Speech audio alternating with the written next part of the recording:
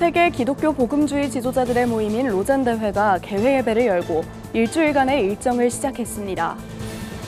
세상의 빛, 시와 조각의 만남을 주제로 시와 조각의 융복합 전시 특별전이 열렸습니다.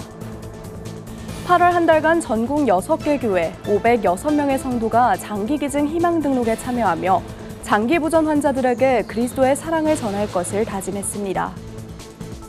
코로나19 방역을 위해 서울시가 교회의 대면 예배를 금지한 처분은 적법했다는 2심 판단이 나왔습니다. 김진호의 교역자회가 주관한 목회자 부부 해외 수련회가 베트남에서 진행됐습니다.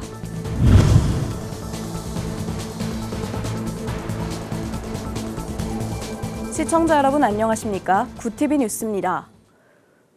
전 세계 복음주의 기독교인의 모임인 로잔대회가 개회 예배를 열고 일정에 돌입했습니다. 로잔대회가 세계 선교에 미친 영향력으로 전 세계 기독교의 눈길이 인천을 향하고 있는데요. 이번 로잔대회에선 어떤 눈여겨볼 점이 있는지 장정훈 기자가 보도합니다. 인천 송도에 위치한 컨벤시아. 다양한 국적의 사람들이 환영을 받으며 회의장으로 입장합니다. 전 세계 복음주의 지도자들이 한자리에 모이는 제4차 서울 인천 로잔대회 개최 현장입니다. 인천은 120년 전 해외 선교사가 한국에 복음을 전하기 위해 처음 땅을 디뎠던 곳으로 조선을 사랑한 선교사로 유명한 사무엘 마페 선교사는 한국 복음 전파에 소망을 밝힌 바 있습니다. 이번 대회를 통해 인천에서 세계 기독교인들이 모이며 한국의 발전과 신앙의 성장을 보여줄 수 있게 되며 의미를 더했습니다. 오늘 이 대회 자체가 하나님의 신실하심의 현현이요, 모페 박사님의 한국을 향한 믿음, 소망, 사랑의 실현이라고 믿습니다. 로잔 대회는 1974년 스위스 로잔에서 개최한 뒤 올해 50주년을 맞았습니다. 그동안 로잔 대회에서 논의됐던 선교적 논의들은 각 나라에 영향을 미치며 기독교의 흐름을 선도해왔습니다. 지난 케이프타운 대회 이후 14년 만에 열리며 세계 4차 산업혁명에 접어든 현재 필요한 복음에 대해 전할 예정입니다. 또한 이스라엘 팔레스타인 분쟁과 성혁명 등 세계 기독교가 직면하고 있는 현실을 지적하며 함께 연대할 것을 요청했습니다. 오늘날 그리스도를 선포하는 일이 어쩌면 더욱 어려워진 이유는 우리가 그리스도를 효과적으로 나타내지 못했기 때문인지도 모릅니다. 그렇지만 우리가 세계 교회라서 아름답게 그리스도를 드러낼 수 있다면 그분을 선포하는 일도 더욱 효과적으로 이루어질 것입니다. 이날 개회 시작을 알린 로잔 대회는 23일부터 본격적인 일정을 시작합니다. 디지털 세계의 선교와 이주민 선교 등 25개의 이슈를 논의하는 소그룹 토론과 대륙별 모임 등 세계 기독교인들이 함께 연대하는 시간이 진행됩니다. 로잔 대회 측은 이번 대회를 통해 도출되는 복음적 해결책과 선포되는 메시지가 쇠퇴하는 세계 기독교 현장에 길잡이 역할을 하길 바란다고 밝혔습니다. 이날 현장에는 200여 개 국가에서 약 5천 명이 참석했고 온라인으로도 현장을 지켜보며 전 세계의 기독교인의 시선이 인천에 쏠렸습니다. 구티비 뉴스 장정훈입니다. 시와 조각의 융복합 전시회, 세상의 빛 시와 조각의 만남 특별전이 열렸습니다. 한국 현대시를 대표하는 16명의 시인이 직접 손으로 쓴 유필시와 현대 조각가 12명의 작품이 만났습니다. 장세인 기자가 보도합니다. 빨려 들어갈 듯한 거대한 나무 조각. 그 끝 작은 구멍에 음악이 나오는 핸드폰을 넣자 소리가 나무를 통해 전시관에 퍼집니다. 자연으로 만든 스피커입니다. 그 뒤에 보이는 손으로 쓴 시, 속도를 늦추자 세상이 넓어졌다고 쓰였습니다. 그럼 조각이라고 하는 것은 결국 돌과 나무와 소와 이런 사물에다가 형상을 빚은 시입니다. 그런 거 하면 또 시라고 하는 것은 원고지에다가 우리가 글자로 쓰지만 그것은 또 하나의 거기 이미지가 있는 언어로 새긴 조각이라고 하겠습니다. 서로 다른 장르끼리 심을 합해서 전시를 하는 것도 시너지 효과를 갖겠구나 해서 제가 갖고 있는 작품 중에서 제일 아끼는 작품을 출품을 했습니다. 백석대학교 기독교박물관에서 세상의 빛 시와 조각의 만남 특별전이 열렸습니다. 나태주, 정호승 등 한국 현대시를 대표하는 시인 16명과 금보성, 이상원 등 현대조각가 12명의 작품이 만났습니다.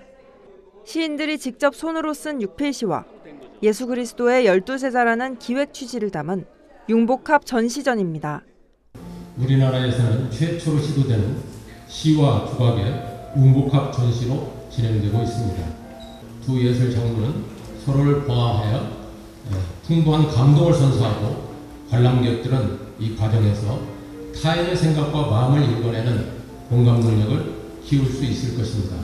전시회는 문화체육관광부가 주최하고 한국대학박물관협회가 주관하는 2024 대학박물관 진흥지원 사업에 선정돼 개최됐습니다. 지자체 관계자는 이번 전시를 통해 천안 시민들이 문학과 예술에 더욱 친숙하게 접근할 수 있길 바란다고 전했습니다.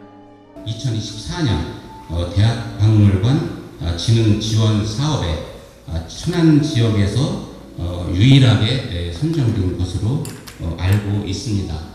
전국 대학교에서도 17개 대학이 선정이 된 걸로 알고 있고요. 그래서 이번 전시가 더 뜻깊다고 생각하며 천안 백석대 기독교박물관에서 진행되는 이번 전시회는 오는 11월 28일까지 이어집니다. 구티비 뉴스 장세인입니다. 8월 한 달간 전국 6개 교회 506명의 성도가 장기기증 희망 등록에 참여해 질병으로 고통받는 장기부전 환자들에게 그리스도의 사랑을 전할 것을 다짐했습니다. 재단법인 사랑의 장기기증 운동본부에 따르면 지난달 4일 서울 용산구 청파중앙교회를 시작으로 안양교회, 대구 동신교회, 주원교회 등에서 생명 나눔 예배를 드리며 장기부전 환자들을 섬겼습니다. 운동본부 이사장인 박진탁 목사는 장기기증 희망 등록으로 환자들에게 희망을 전한 성도들에게 감사하며 이 같은 따뜻한 마음에 힘입어 앞으로도 생명 나눔 활성화에 최선을 다하겠다고 밝혔습니다. 코로나19 방역을 위해 서울시가 교회의 대면 예배를 금지한 처분은 적법했다는 2심 판단이 나왔습니다. 서울고법 행정 1-1부는 최근 서울 지역 교회들이 시를 상대로 낸 대면 예배 금지 처분 취소 소송 항소심에서 원고 승소한 1심을 깨고 원고 패소로 판결했습니다. 재판부는 서울시는 코로나19의 확산을 방지하기 위해 강구할 수 있는 모든 방역 조치를 적극 실시할 필요가 있었다고 봤습니다. 그러면서 대유행 상황의 특수성을 고려할 때 종교의 자유가 이를 통해 달성하고자 하는 공익보다 더 본질적이라거나 더 중요하다고 단정할 수도 없다고 덧붙였습니다. 앞서 1심은 서울시 처분이 종교 자유의 본질을 침해할 뿐 아니라 비례의 원칙과 평등 원칙에 반해 재량권을 일탈, 남용했다고 봤습니다. 구티비 호남 전북본부에서 보내온 소식입니다. 김제노의 교역자회가 주관한 목회자 부부 해외 수련회가 베트남에서 열렸습니다. 김제노회 소속 26개 교회의 목회자와 사모 등 총 42명이 참석한 이번 수련회는 농촌 지역의 열악한 환경 속에서 지친 목회자 부부들에게 재충전의 시간이 됐습니다. 김제노회 교역자회 회장인 김제신앙교회 홍동환 목사는 이번 수련회를 통해 회복과 더불어 소통과 화합을 도모할 수 있었던 매우 소중한 시간이었다고 소감을 전했습니다. 네, 우리 목사님, 사모님 고생이 많습니다. 하여튼 또 하나님께서 그 수고와 도구를 기억하실 것이고 이번 수련회를 통해서 즐겁고 재밌고 힘을 얻어서 더 힘차게 또 교회를 섬기고 또 교회를 섬기면서 영혼으로 앞장서는 우리 목사님들, 사모님들 되시기를 주의로 축원합니다. 김제노의 교역자회는 앞으로도 지속적인 지원과 교류를 통해 목회자들의 건강한 사역과 교회 간의 연대를 강화해 나갈 계획입니다. 서울기독청년연합회가 오는 11월 4일부터 일주일간 전국 5개 지역에서 2024 홀리위크를 개최합니다. 서기청은 첫날 제주국제순복음교회를 시작으로 대구와 대전, 인천, 서울을 거쳐 마지막 파주 북한선교센터에서 집회를 마무리할 예정입니다.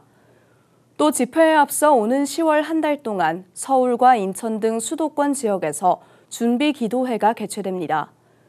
지난 2010년 청년들이 주축이 되어 시작된 홀리위크는 매년 가을 민족의 예배를 회복하는 거룩한 주간을 정해 나라와 교회, 다음 세대를 위해 중보하고 있습니다.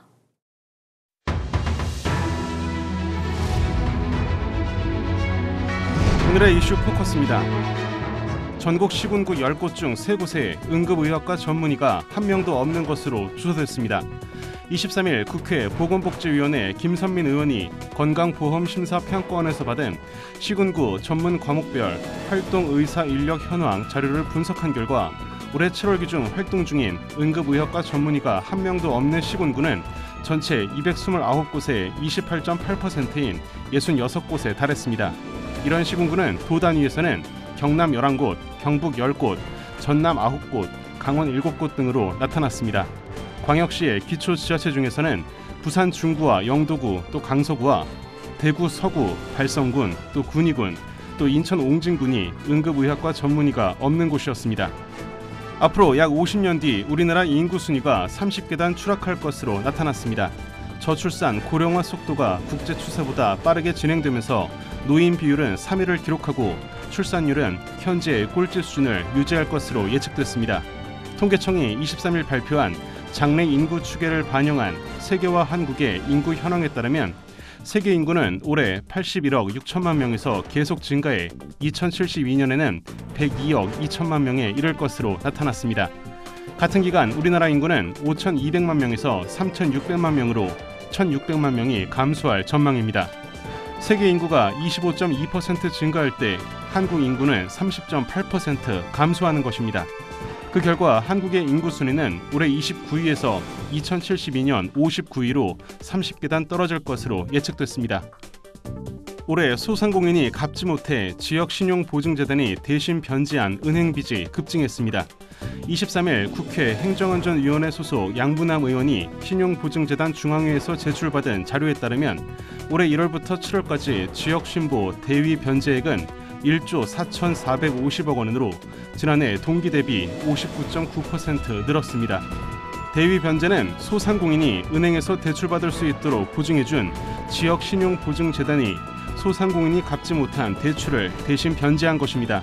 대위 변제액은 2021년 4,303억 원에서 2022년 5,076억 원으로 소폭 늘었다가 지난해 1조 7,126억 원으로 대폭 늘었고 올해도 가파른 증가 곡선을 그리고 있습니다.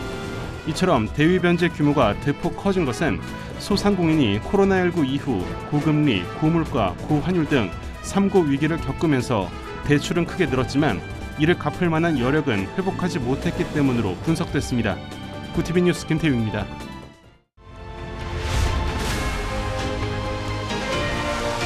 구티비 월드와이드입니다. 이스라엘과 레바논 무장정파 헤즈볼라의 교전이 가자지구 전쟁 발발 이후 최대 규모로 격화했습니다. AP통신은 현지 시간 22일 헤즈볼라가 100발 이상의 로켓을 이스라엘에 발사했다고 보도했습니다. 이스라엘 구조당국은 북부 하이파 인근의 건물이 파손되고 차량에 불이 붙었으며 76세 남성 등 4명이 다쳤다고 밝혔습니다. 이번 헤즈볼라의 공습은 최근 무선 호출기 등 통신장비 연쇄 폭발과 베이루트 공습에 대한 보복 차원에서 진행된 것으로 보입니다. 이스라엘군은 즉각 반격에 나서 레바논 남부에 수십 차례 공격을 가했습니다. 양측의 전면전 위기가 고조된 가운데 안토니오 구테르스 유엔 사무총장은 레바논이 또 다른 가자지구로 바뀔 수 있다며 우려를 나타냈습니다. 미국과 일본, 호주, 인도 등 4개국 안보협의체인 쿼드 정상들이 북한의 핵무기 개발을 규탄하며 완전한 한반도 비핵화 공약을 재확인했습니다. 현지 시간 21일 4개국 정상들은 미국 델라웨어주에서 열린 정상회의 직후 발표한 선언을 통해 북한의 군사행위는 유엔 안보리 결의 위반으로 국제평화와 안정에 중대한 위협이라고 비판했습니다. 선언은 또 북한과의 군사협력을 강화하고 있는 국가에 대해 깊은 우려를 표명한다며 사실상 북한과 군사협력을 강화하고 있는 러시아를 비판했습니다.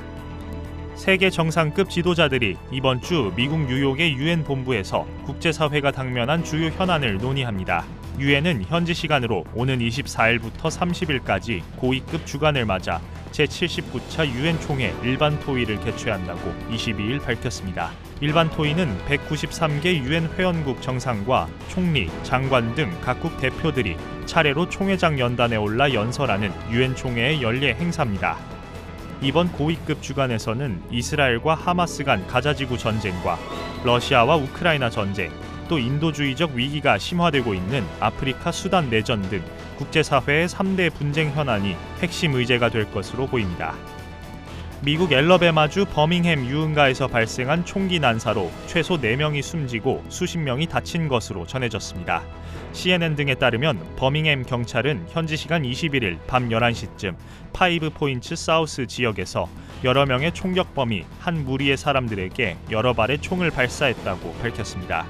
사망자 중 3명은 모두 현장에서 사망 선고를 받았고 또 다른 1명은 현지 병원에서 숨졌습니다.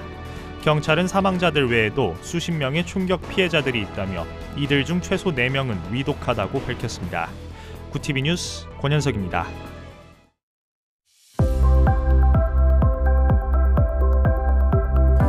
주말 사이 완연한 가을 날씨가 찾아왔습니다. 내일도 전국이 대체로 맑겠는데요. 아침 저녁으로는 선선하지만 한낮에는 대부분 지역의 낮 기온이 27도 안팎까지 오르겠습니다. 이번 한 주간 내륙에는 별다른 비 소식 없이 맑은 하늘이 드러나겠고요. 일교차는 계속해서 크게 벌어질 전망입니다. 이어서 전국 날씨입니다. 내일 한낮 최고 기온은 서울 27도, 강릉 25도가 예상됩니다. 남부지방의 경우 대구 27도, 광주와 부산은 28도를 보이겠습니다. 날씨였습니다. 제4차 서울 인천 로잔 대회가 시작됐습니다. 전 세계 220개국에서 5천 명이 넘는 복음주의자들이 한자리에 모였는데요. 오는 28일까지 이어지는 이번 여정이 세계 기독교인들에게 깊은 영감과 도전을 주고 복음 전파의 새로운 길을 여는 계기가 되길 기대해 봅니다. 이상으로 뉴스를 마칩니다. 함께해 주신 여러분 고맙습니다.